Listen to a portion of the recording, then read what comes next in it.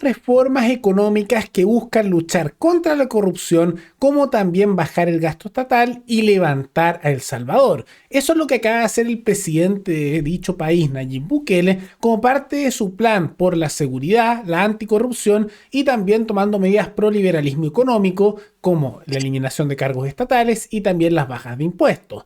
Vamos a ver todo esto y las consecuencias que está teniendo, porque aunque ya muestra algunos elementos positivos en el crecimiento y se esperan buenos resultados en el largo plazo y en el mediano plazo, en el corto plazo siguen los problemas y todas las consecuencias negativas, como el alza de la pobreza asociada a los numerosos problemas que vienen desde hace muchos años en El Salvador.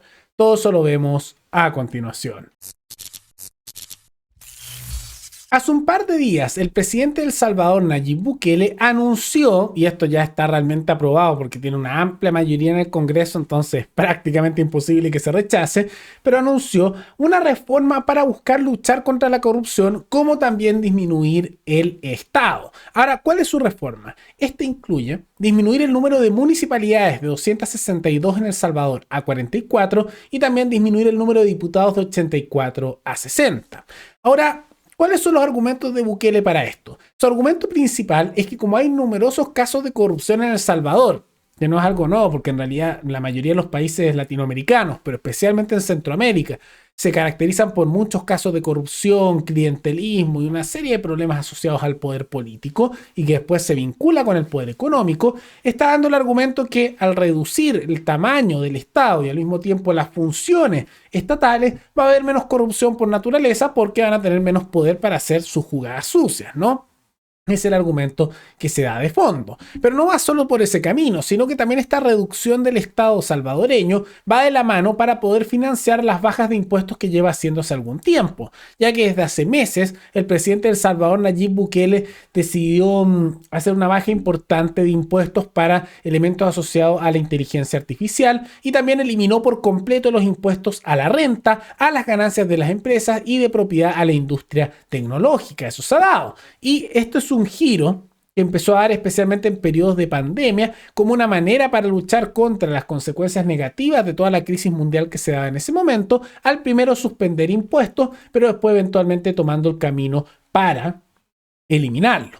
Ahora, en ese sentido, se ha observado que Bukele ha dado de cierta manera un giro con respecto a su política económica, porque originalmente él se vinculaba y venía de la izquierda salvadoreña y era más bien crítico del libre mercado como el capitalismo, pero parece ser que con estos cambios de política ha dado un giro con el paso de los años. Todas las personas de izquierda, yo soy una persona de izquierda, siempre hemos dicho que lo malo del capitalismo es que es una ley de la jungla. Pone a competir al tigre contra el venado. El problema del capitalismo es que enfrenta al tigre con el venado. Es una competencia en el mismo campo de batalla, pero desigual, porque tiene un tigre contra un venado.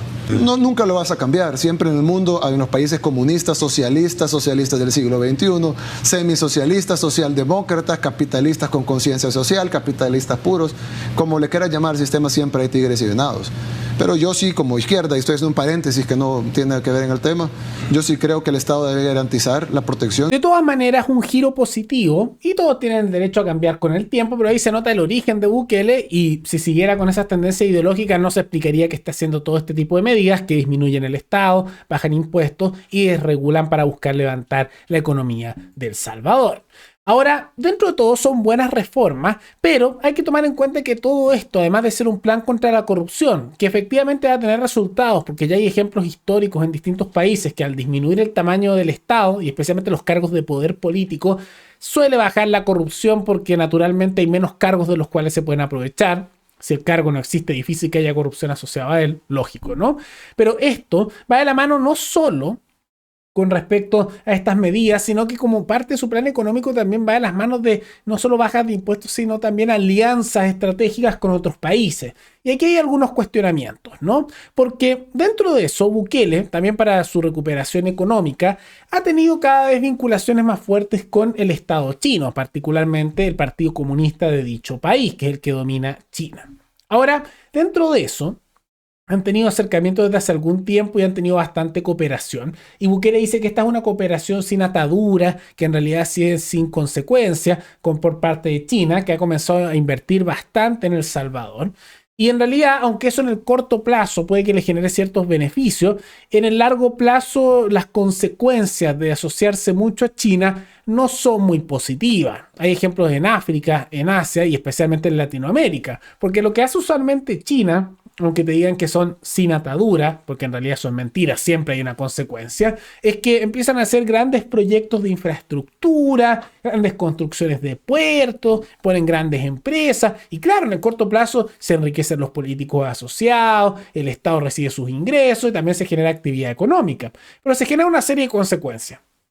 Por un lado, usualmente la dependencia de esa manera y subordinarse de esa manera a China trae beneficios cortoplacistas, pero eventualmente se da que China, al empezar a dominar la economía local, en algún momento te pide un favor y tú ya no puedes negarte. Porque aunque te digan que son sin atadura, al depender económicamente de las empresas chinas, que por su misma estructura política y económica están todas vinculadas al Partido Comunista Chino, ya que las empresas privadas chinas no son propiamente tal, las de gran tamaño, son todas o de propiedad parcial del Estado chino o sus propietarios de grandes empresas son militantes del Partido Comunista Chino, de lo contrario no les dejan tener posiciones económicas grandes en ese país. Cuando tú tienes que responder ante China, te obligan, porque dependes económicamente de ellos y te pueden arruinar al depender de ellos económicamente por las inversiones que hicieron. Ese es un problema. Pero al mismo tiempo, algo que suele ocurrir mucho es que la calidad de las construcciones de infraestructura y las inversiones chinas no son las mejores. Se ha visto tanto en Asia como en África y en Latinoamérica que muchas veces construyen rápido y parece impresionante cómo rápidamente sacan sus proyectos a nivel económico masivo. Pero lo que termina ocurriendo en el largo plazo es que se ve que están mal hechos, con materiales baratos, hay problemas de construcción y suelen haber desastres asociados a ello. Entonces, aunque Bukele ha tomado una posición económica inteligente y positiva al desregular, bajar impuestos y liberar el mercado, como también al disminuir sustancialmente el tamaño del Estado para luchar contra la corrupción, dando también mano dura contra dicha corrupción, y al mismo tiempo para reducir el tamaño estatal y el gasto estatal, hay unas movidas no más bien cuestionables asociadas a Bukele con su vinculación con China. Ahora, de todas maneras, estas políticas que se puede notar que cambian con respecto a la posición que Bukele tenía en su momento, más hacia la izquierda a nivel económico y a nivel político, ya han dado resultados. Por ejemplo, el Fondo Monetario Internacional ha reconocido que el pronóstico de crecimiento para la economía de El Salvador está creciendo cada vez más, con estas medidas que son relativamente modernas, son desde mediados del año pasado hasta el año actual. Y a medida que van haciendo estos anuncios, sus niveles de crecimiento que eran bajos y estaban cerca de un 1,7% han llegado ahora a un 2,4% de la expectativa y se espera que sigan creciendo. Y eso es bueno, porque lo que ocurre con estas políticas es que efectivamente traen beneficios, pero son usualmente en el mediano y largo plazo. En el corto plazo no es inmediato. La pobreza, la situación de decadencia económica no se cambia de un día para otro. Los ajustes económicos como estos para lidiar con décadas, es que no siglos de estancamiento y decadencia económica como corrupción, no son inmediatos. Y por lo mismo se observa como situaciones complejas como la pobreza, que en El Salvador es bastante importante, siguen aumentando en dicho país, porque estas políticas económicas más liberales de Bukele son recientes y sus consecuencias se están notando un poco en el crecimiento económico, pero se van a ver los efectos positivos dentro de unos años más, no es una cosa inmediata. Ahora, usualmente gobiernos cuando quieren hacer estas reformas les cuesta porque son muy impopulares o estos ajustes toman tiempo y a veces ciertos sacrificios poblacionales para hacerse, aunque son necesarios, ya que estos estados controladores y cada vez más grandes son insostenibles en el largo plazo, pero Bukele tiene la ventaja de que es tan popular por su lucha contra la delincuencia, de que las personas están dispuestas a tolerar estos ajustes temporales porque tiene mucha popularidad por otras áreas como son la de la seguridad. Y por lo mismo, la población, aunque haya todavía aumentos de la pobreza por ciertos elementos que son de la estructura salvadoreña antes de esta reforma, lo que se puede observar es que de todas maneras hay una sensación de optimismo porque con la baja de la delincuencia están surgiendo cada vez más emprendimientos, pymes, que recién están surgiendo y eso también va a tomar tiempo, como consecuencia de que se sienten lo suficientemente seguros para hacer las inversiones respectivas. Entonces hay que estar muy atentos con respecto a este camino que está tomando El Salvador, donde Bukele parece haber tomado un giro más hacia políticas más bien liberales, socioliberales, porque baja impuestos, disminuye el Estado, bien, pero al mismo tiempo tiene una cantidad importante de gasto estatal que está dedicando a educación y salud, está tomando más bien un enfoque socioliberal, con una mano bastante dura y lucha contra la corrupción. Pero los efectos reales de dichas políticas van a ser más bien en el mediano y largo plazo más que en el corto plazo. Para suerte de él, la población de El Salvador está dispuesto a acompañarlo en esa espera porque tiene mucha popularidad y por lo tanto no se esperaría que estas reformas económicas hagan la caída de su gobierno, como por ejemplo puede pasar en otros países donde sus gobernantes no son tan populares. Pero de todas maneras, ¿qué les parece esta estrategia de lucha contra la corrupción y de reforma económica que está tomando el gobierno de El Salvador de Nayib Bukele? ¿Es positiva? ¿Es negativa? ¿Por qué? ¿Creen que hay otro camino que debería tomar o es algo adecuado? Todo eso coméntenlo abajo. Y recuerden que pueden recomendar temáticas, materias internacionales, tanto de América Latina como también de otros lugares del mundo para otro video. Nos veremos en el siguiente programa. Hasta luego.